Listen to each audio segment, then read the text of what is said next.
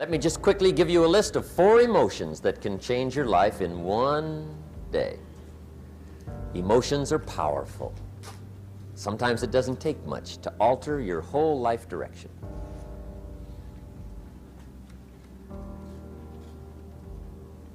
Okay, here they are. Number 1, disgust.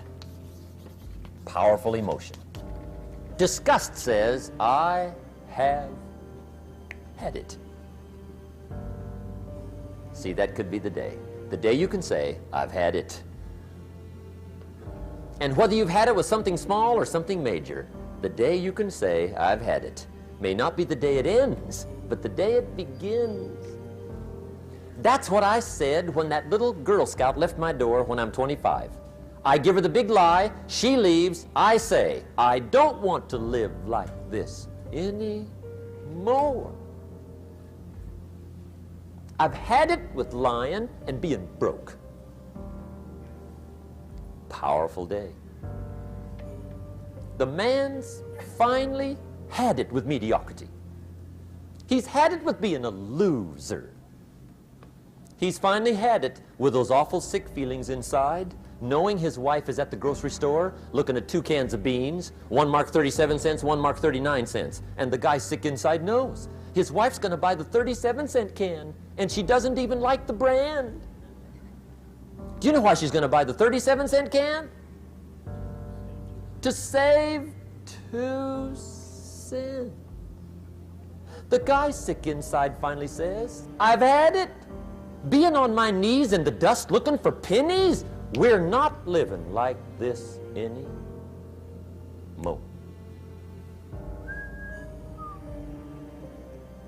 Could be the day that turns your life around. The day you can say, I've had it. He walks into his closet and rips everything in it to shreds and says, I've worn this embarrassing stuff for the last time. And not only will I never wear it again, no one else will ever wear it again. Commit an act that says, I've had it. Powerful. Here's the next one, decision. And decision making is powerful. And it's emotional.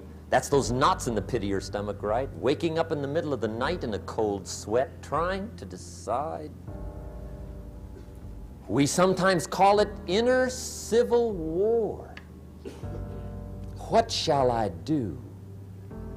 Well, for progress, you must decide. The best advice I can give you came from a wealthy friend of mine who said, if it's easy, do it easy. If it's hard, do it hard. Just get it done. If you went home tonight and in the next few days cleaned up a whole list of decisions, that might furnish enough inspiration for the next 10 years. I found this out many times after you've decided. Getting on with it is easier than deciding. Sometimes decision is the toughest part. Here's the next emotion, desire, wanting to bad enough. And I don't know how to tell you to want to. That's something you've got to come up with. There's 2 things I know about desire. Number 1, it comes from inside, not outside. You don't send off for it. Number 2, I know desire can be triggered by something. Who knows what it might be? Sometimes desire waits and sleeps for something to happen. Maybe it's a book, maybe it's a song, maybe it's a sermon, maybe it's a lecture, a seminar, maybe it's the conversation of a friend, a happening, an event. Who knows? The best advice I can give you is what I give my staff. It goes like this: welcome every human experience. You never know which one is going to turn it all on. Even the bad experiences. Sometimes from the bitterest experience comes the greatest awakening. So let down the barriers, take down the walls. The same wall that keeps out disappointment keeps out happiness. Let life touch you. Don't let it kill you, but let it touch you. Here's the last one. This one's powerful. Resolve. Resolve says, I will. Two of the most powerful words in the language. I will. Benjamin Disraeli once said, nothing can resist a human will that will stake even its existence on the extent of its purpose. Shortly put, I'll do it or die. See, that's powerful. That could be the day that turns your life around. The world has a strange way of stepping aside when somebody says, I'll do it or die. The man says, I will climb the mountain. They've told me it's too high, it's too far, it's too rocky, it's too difficult, it's never been done before, but it's my mountain, I will climb it. Pretty soon you'll see me waving from the top, or dead on the side, because I ain't coming back. The best definition I ever got from the word resolve came from a little junior high girl in Foster City, California, up north. I'm talking to the junior high kids one day. I love to ask kids definitions. They come up with beauties. I got to the word resolve and I asked, who can tell me what resolve means? And I got several hands, and they were all pretty good, but the last one was the best. Little girl, about 3 rows back, held up her hand. She said, Mr. Rohn, I think I know what resolve means. I said, darling, what do you think it means? She said, I think it means promising yourself you will never give up. I said, that's it. Webster, stand aside. That is the definition. Promise yourself you will never give up. I asked the kids, how long should a baby try to learn how to walk? How long? How long would you give your average baby before you shut him off? How long? See, any mother in the world would say, you're crazy. My baby's going to keep trying until it learns how to walk. What a magic formula. Now let me show you what triggers all emotions into activity that brings results. And results is the name of the game. Here it is. Action. Finally, you must do something about how you feel. Jesus, the master teacher, said, don't just be listeners, be doers. The world admires the doers.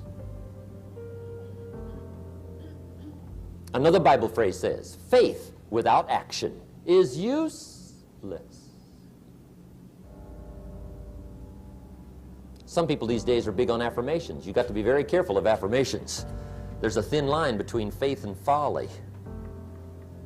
The best clue I can give you on affirmations is this. Affirmation without discipline is the beginning of delusion. And there's nothing worse than delusion.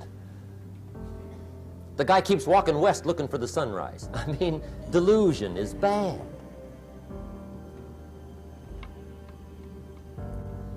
However, affirmation with discipline can bring the most spectacular results. When the Jewish people surveyed the Holocaust at the end of World War II, and for them it was a Holocaust, 39 million people lost their lives, World War II. 19 million were Russian. But compared to the population, it was not quite the Holocaust visited on the Jewish people. 6.5 million Jews perished World War II. 6.5 million. That was a Holocaust. After Hitler's final solution, and the Nazi jackboots and Eichmann and Bormann had done their evil task, 6.5 million. When the Jewish people counted the dead, surveyed the Holocaust, and mourned the loss, those that survived together said, never again. That was the affirmation. Never again will we take our families, silently walk to the boxcars, and let them ship us through the night to Auschwitz. Never. Well, that's good to make an affirmation, but the next question is, what are you going to do to back up the affirmation? They said, well, number one, we'll build a nation. Then they said, we'll build an army. Wow. And a navy. My. And an air force. And we'll buy some bombs. My. And some bullets. Wow. We'll spend a big portion of the national treasure. We'll even spend some of Israel's finest lives. We mean it. Never again. That's called backing up affirmation with discipline. Does it work? Well, yes. They've been tested 4 times in war on their affirmation in the last 25 years. 4 times, major. The next to the last war was called the 6-Day War. As if to say, didn't we tell you? Never.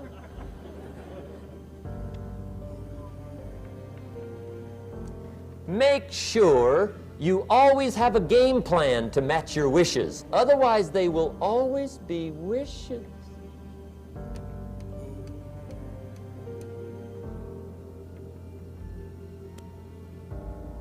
The day that turns your life around. Let me give you 4 questions to take home when we're finished. These are called questions to ponder. And this wraps it up.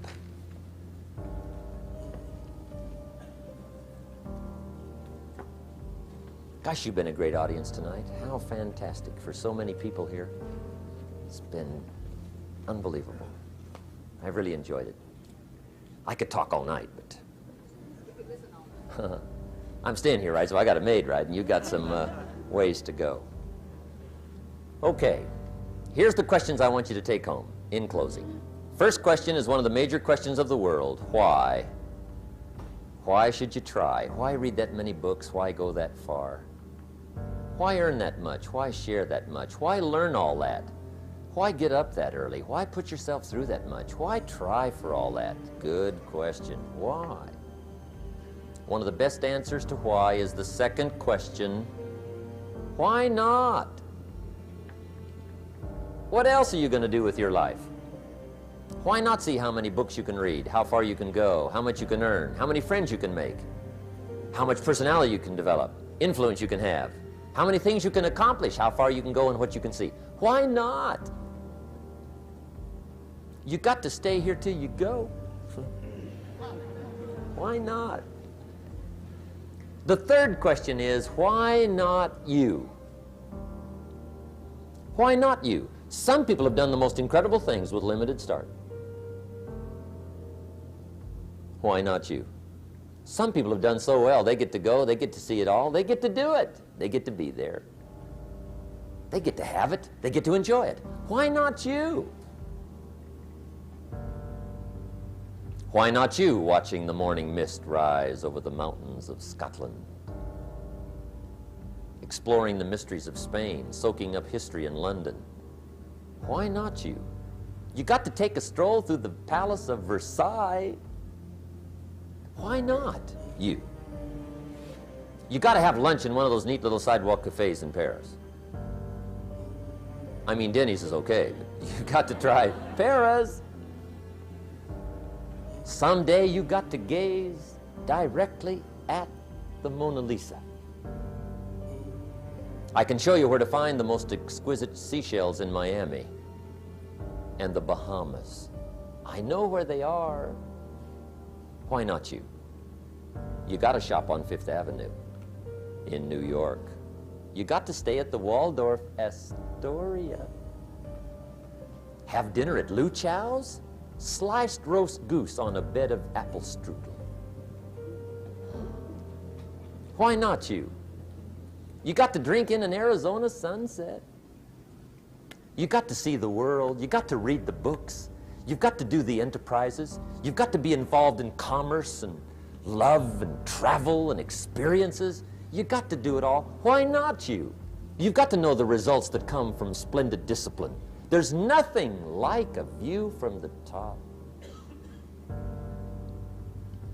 And the last question is, why not now?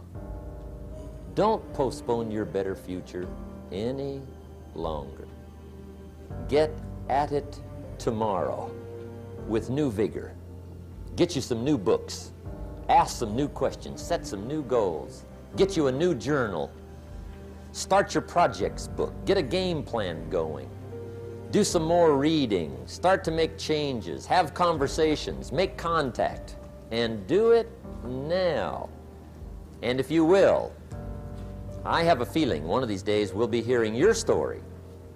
You'll make us a phone call, write us a letter, get in touch with us and let us know what's happening to you. I want to thank you for being here. My final comment would be ask for God's help, which may sound a little strange coming from a strictly commercial company. We are not a religious order, but if you would allow me a personal word, that would be it. I think humans are unique, but we could all use a little help. But of course, you've got to do your part. That's what we've talked about mainly tonight. Do your part, and I think God will do His part. It's a two-way street. And we do play a part. There's a story about the man who took a rock pile in 2 years, turned it into a fabulous garden. People came from everywhere to see it.